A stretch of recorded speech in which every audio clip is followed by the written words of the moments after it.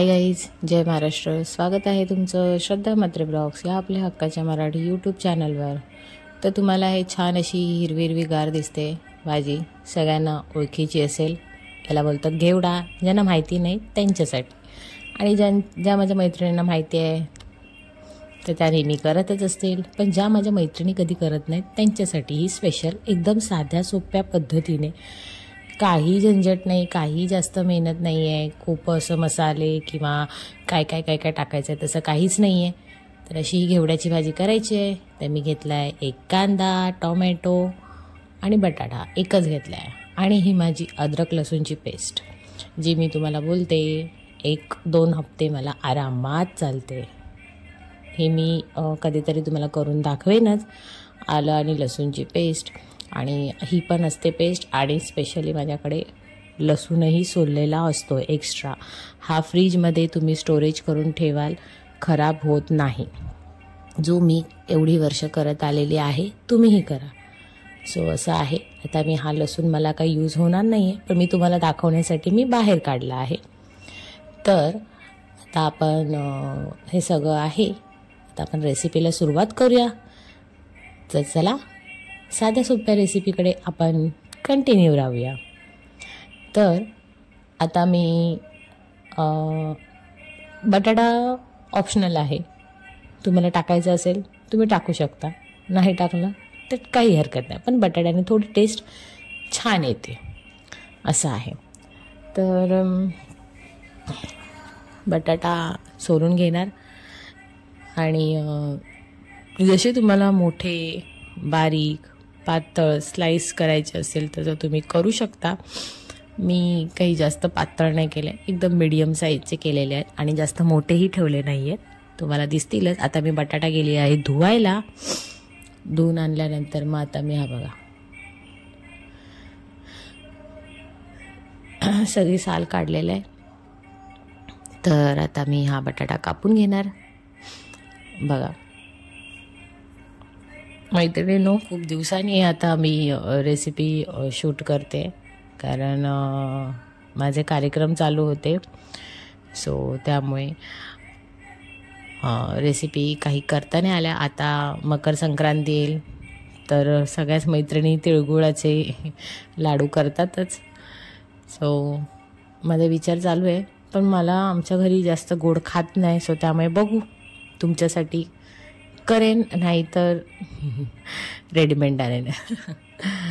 तर आता मी हा कांदा घेतला आहे. कांदा बारीक चॉप करणार नाही आहे. ह्या ह्याच्यामध्ये तुम्ही बारीक चॉप करूनही टाकू शकता, किंवा उभा मीडियम साईजचाही करू शकता. सो मी तर आता कापून घेते कांदा, आणि तो मी असा उभा कापून आहे ना, त्याला एकच कट मारायचा आहे बघा असा, म्हणजे झाला तो मीडियम साईजचा असं. मैत्रिणींनो, मला ना वर्कशॉप घ्यायचा आहे डान्सचा. सो जर तुमच्या इथे जवळपास, म्हणजे आपल्या ठाण्यामध्ये कुठेही जागा असेल तर मला नक्की सांगा. मला स्पेशली लावणी वर्कशॉप घ्यायचा आहे.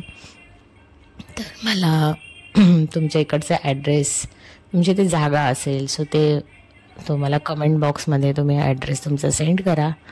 मी तुम्हाला स्वतः येऊन भेटेन. सो 2025 मला थोडंसं स्पेशल तुम्हा सगळ्यांसाठी डान्सच्या माध्यमातून, रेसिपीच्या माध्यमातून काहीतरी नवीन करून द्यायचं आहे. त्यासाठी माझा प्रयत्न कंटिन्यू चालूच राहणार. आणि आता मी हा टोमॅटो कापते. तर मी तुम्हाला यूट्यूबच्या द्वारे तर भेटतच जाणार. सो त्यामुळे तुम्ही अजिबात काळजी करू नका का कार्यक्रम चालू झाले तरी यूट्यूबकडे दुर्लक्ष करणार नाही. मी सगळं करणार. माझा क्लासही घेणार, यूट्यूबच्या द्वारे तुमच्याशी संवाद साधणार, आणि माझे कार्यक्रम मीही करणार असं आहे. तर चला, मी कढई आहे ती गरम केली आहे. त्याच्यात राई, जिरं छान असं तडतडलं पाहिजे. गरम झाल्यावर फोडणीला टाकणार, आणि मग मी हा कांदा ॲड करणार. आजकाल कांदे ना कोणाकोणाकडे मैत्रिणींनो, असे लाल कांदे आलेत, एवढे डोळ्याला झोंबतात ना, एवढे डेंजर असतात हे. सो नाही सांगू शकत. कापताना जिच्या डोळ्यातनं पाणी येतं तिलाच माहिती. असं आहे. आणि असा आहे ना हा कांदा का लवकर शिजत पण नाही. माझी तर सवय आहे कांदा लवकर शिजण्यासाठी मी मीठ टाकतेच. आता पण टाकेनच बघा. हे बघा,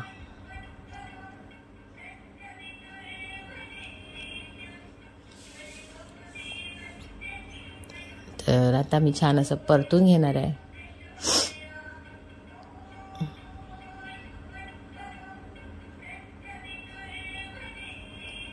छान असा बारीक मऊ बारीक कापला तर तो पटकन शिजतो असं काय हे नसतं.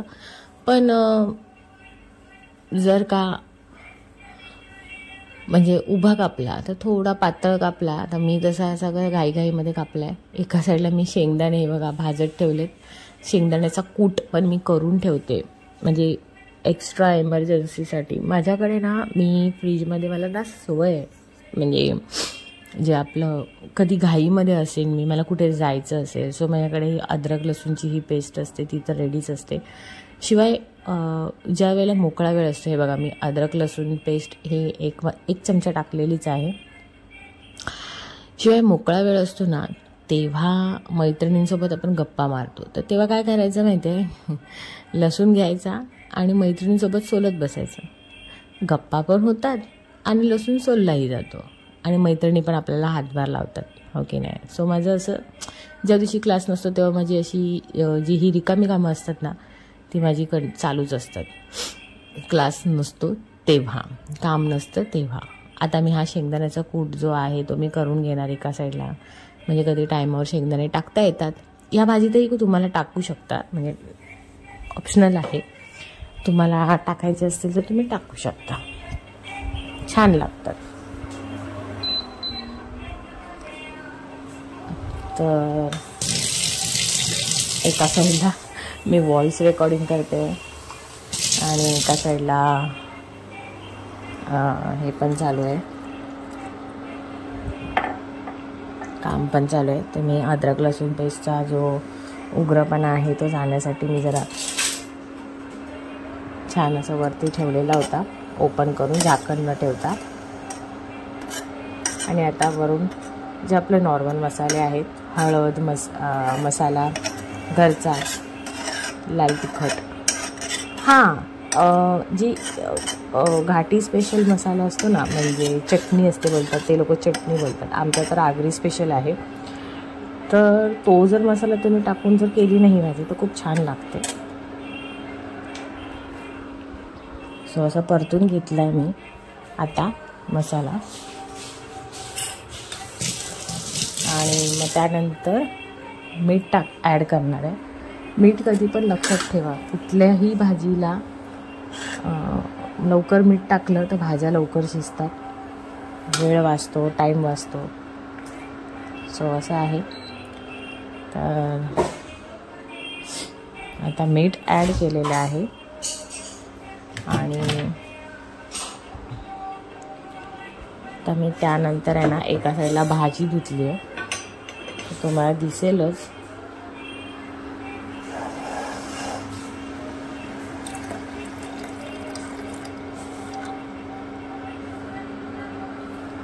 सगळी भाजी ॲड करणार आता.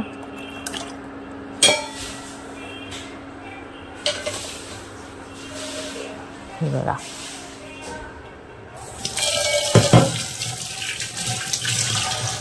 आणि वरूनच टॉमॅटो टाकायचं जेव्हा भाजी टाकणार, कारण भाजी जेव्हा शिजते तेव्हा टॉमॅटो पण छान शिजला जातो. आधीच मी बघा कांद्यासोबत मी टाकलेला नाही आहे, कारण मग तो लगेच फेन होतो ना, शिजला जातो टोमॅटो, म्हणून त्यामुळे मी भाजी टाकणार. असं भाजीवर बघा किती छान वेगळा कलर दिसतो असं भाजीवर टाकल्यावर, मस्त असं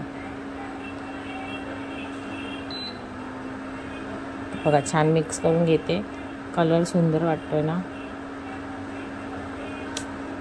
ज्या माझ्या मैत्रिणी घरी करतायत ही भाजी घेवड्याची ते त्यांना माहितीच असेल. ते बोलत असेल, ए काय आम्हाला शिकवते, आम्ही तुझ्यापेक्षा भारी करतो. हो मान्य आहे तुम्ही करता, पण ज्या माझ्या मैत्रिणी करत नाही ना त्यांच्यासाठी आहे ही. ओके, तर आता मी याच्यावरती झाकण ठेवणार आहे. झाकणावर मग पाणी ठेवणार आणि पाणी ठेवल्यानंतर एक मध्यम मीडियम गॅसवर ठेवायचं आहे. मग पुन्हा एक 5 मिनिटांनी पुन्हा चेक करायचं आहे की आपल्या भाजीला उकाळा आला आहे का नाही ते.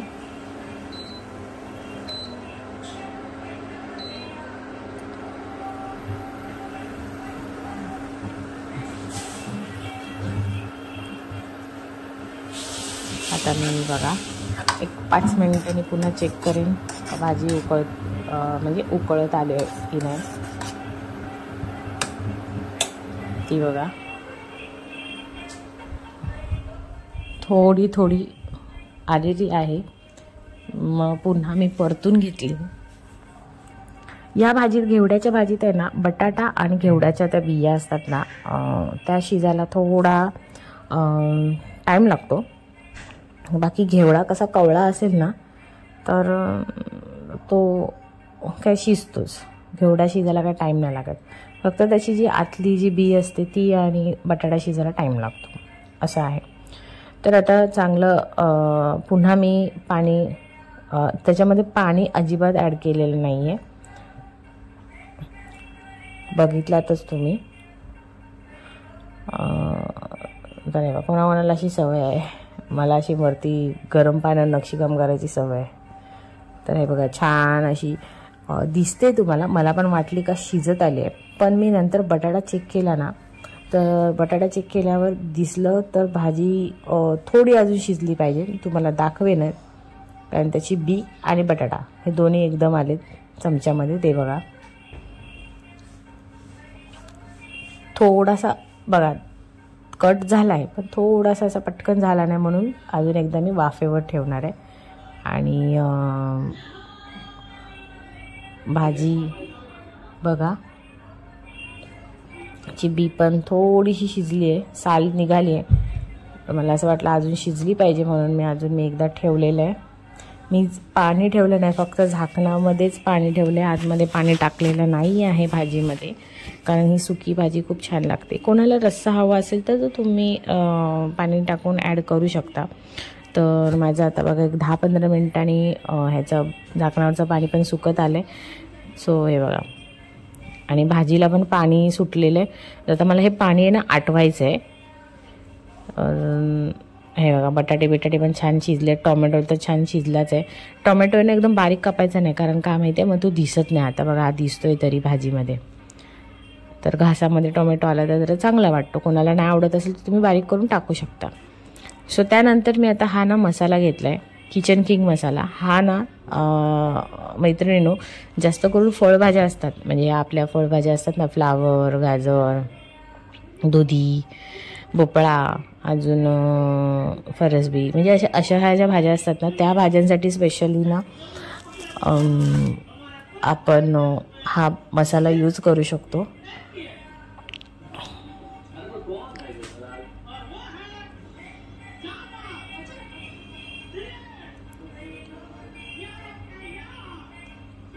तर मी मसाला थोडासाच ॲड केला आहे आणि छान जरा फ्लेवर चांगला येतो आणि टेस्टही छान येते भाजीला.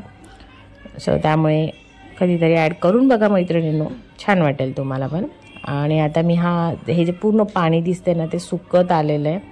एका साईडला माझा शेंगदाण्याचा कूटही झालेला आहे रेडी, तर तुम्हाला मी दाखवेनच. पण भाजीतलं पाणी बघा छान सुकलं आहे.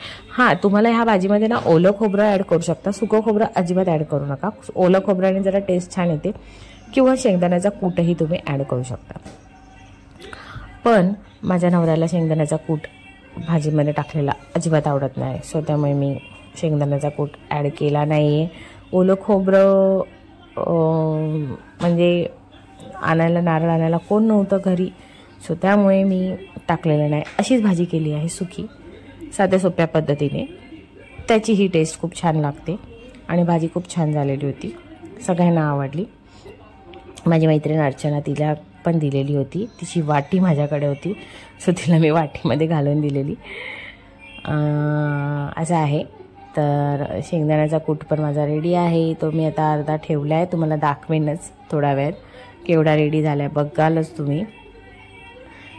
तर आता मी भाजी जरा सुकवत ठेवली आहे आणि एका साईडला मी कूट आहे ना शेंगदाण्याचा, म्हणजे कसं कधी साबुदाण्याची खिचडी बोला, बटाट्याची उसळ बोला, म्हणजे माझा उपवास असेल ना तेव्हा मला पटकन टाकायला भेटतं. तर शेंगदाणे भाजा मग वाटा, ते किती टाईमपास, त्यापेक्षा एकदाच रेडी असेल तर मग काय हरकत आहे. हे बघा असं छान डब्बा भरून.